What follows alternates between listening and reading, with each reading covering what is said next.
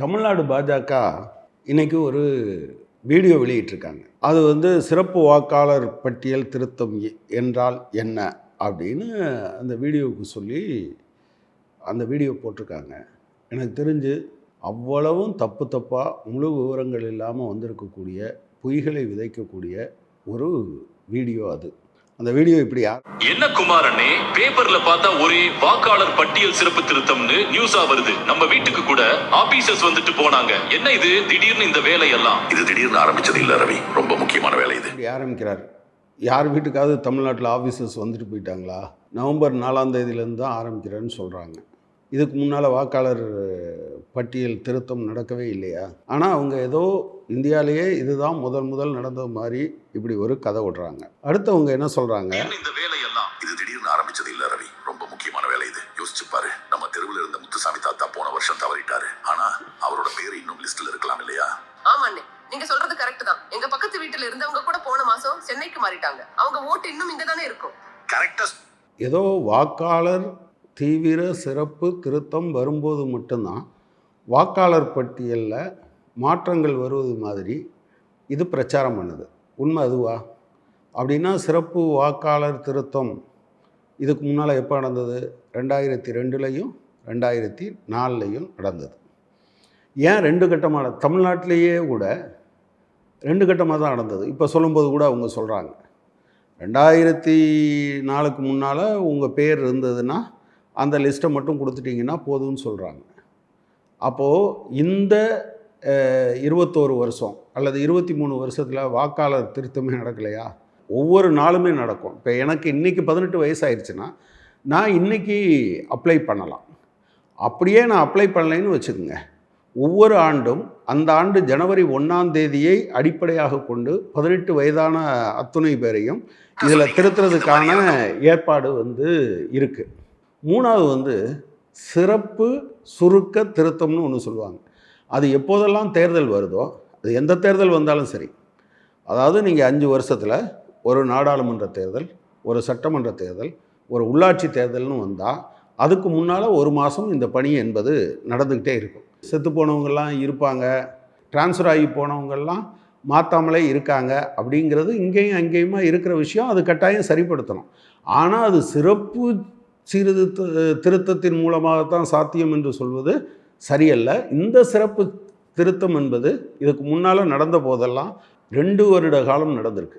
தமிழ்நாட்டில் 2002 அல்லது 2004ன்னு சொல்கிறாங்க. 2002ல் கிட்டத்தட்ட ஒரு 190 தொகுதிக்கும், அதுக்கு பின்னால் ஒரு 44 தொகுதிக்கும் 2004லையும் நடந்திருக்கு. அப்படிங்கிறது தான் உண்மை. எனவே ஒரே கட்டத்தில் அப்படியெல்லாம் பண்ண முடியாது, 1 மாதத்துலையும் பண்ண முடியாது. ஊரை விட்டு நிரந்தரமா போனவங்க பேரு, ஒரே ஆளுக்கு 2-3 இடத்துல இருக்கிற ஓட்டு, இதையெல்லாம் நீக்கி லிஸ்ட்டை க்ளீன் பண்ற வேலை தான் இந்த திருத்தம். சரி, இந்த திருத்தத்தில் இறந்து போனவங்க, ஊரை விட்டு நிரந்தரமாக போனவங்க பேரெல்லாம் திருத்தி இருக்காங்களா? இந்த சிறப்பு தீவிர திருத்த முறையிலன்னு நீங்கள் பார்த்தீங்க அப்படின்னு சொன்னால், செத்து போயிட்டாங்க அப்படின்னு சொன்ன ஒரு 6-7 பேரை திரு யோகேந்திர யாதவ் உச்சநீதிமன்றத்தில் கொண்டு போய் நிறுத்தினார். இங்கே பாருங்கள், இவங்கெல்லாம் செத்து போயிட்டதாக சொல்கிறாங்க, ஆனால் உயிரோடு இருக்காங்க அப்படின்னு. அப்போ இதில் தப்பு பண்ணது யார்? தேர்தல் கமிஷன் தானே. சரி, அடுத்ததை வரலாம்.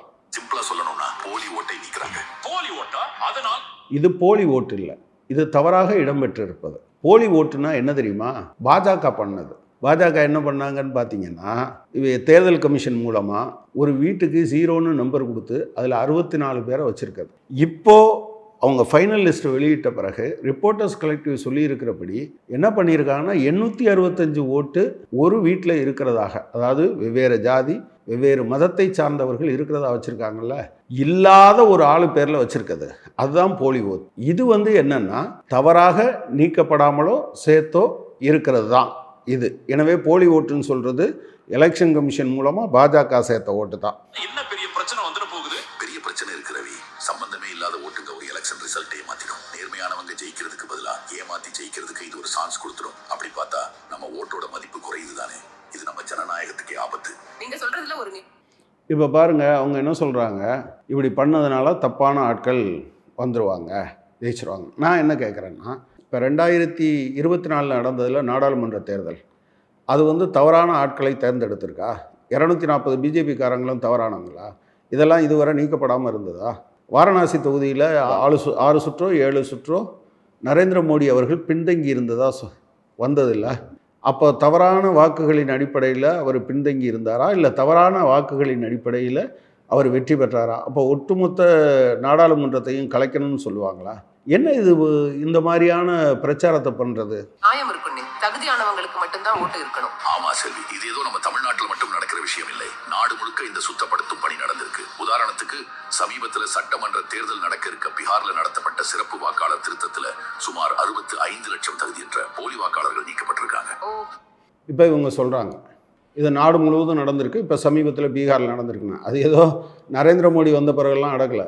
இதுவரை வரலாற்றில் 8 முறை நடந்திருக்கு. ஒவ்வொரு முறையும் 2 ஆண்டு காலம் அது தொடர்ச்சியாக நடந்திருக்கு.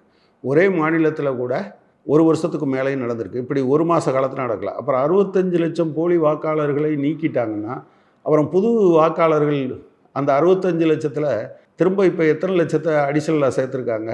அந்த 65 லட்சம் நீக்குனதும் உண்மையாக இருந்திருந்தா அதோடு தானே இருந்திருக்கணும்.